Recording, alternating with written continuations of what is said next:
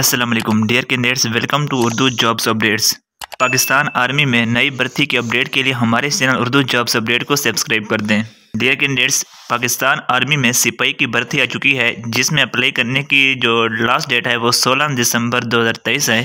अच्छा बच्चों, कोशिश किया करें कि वीडियो को ज़्यादा से ज़्यादा अपने व्हाट्सएप ग्रुप या फेसबुक ग्रुप्स में शेयर कर दिया करें। आप लोगों का वीडियो को शेयर करना किसी के लिए फ़ायदेमंद साबित हो सकता है और आपके लिए सदका जारिया बन सकता है। डियर कैंडिडेट्स, इसमें सिपाही के लिए तलीमी काबिलियत मैट्रिक है और कुक के लिए मिडिल पास होना लाजमी है। इसमें ज़िला लिया के मर्द शहरी हजरात अप्लाई कर सकते हैं। इसमें जो उम्र की हद है वो 23 साल तक रखी गई है। अगर ग्रेजुएट भी किया हुआ है तो आप इसमें अप्लाई कर सकते हैं। इसके अलावा इसमें जो कद मांगी गई है वो 5 फुट चेंज होना चाहिए और छाती 79 to 84 सेंटीमीटर होनी चाहिए।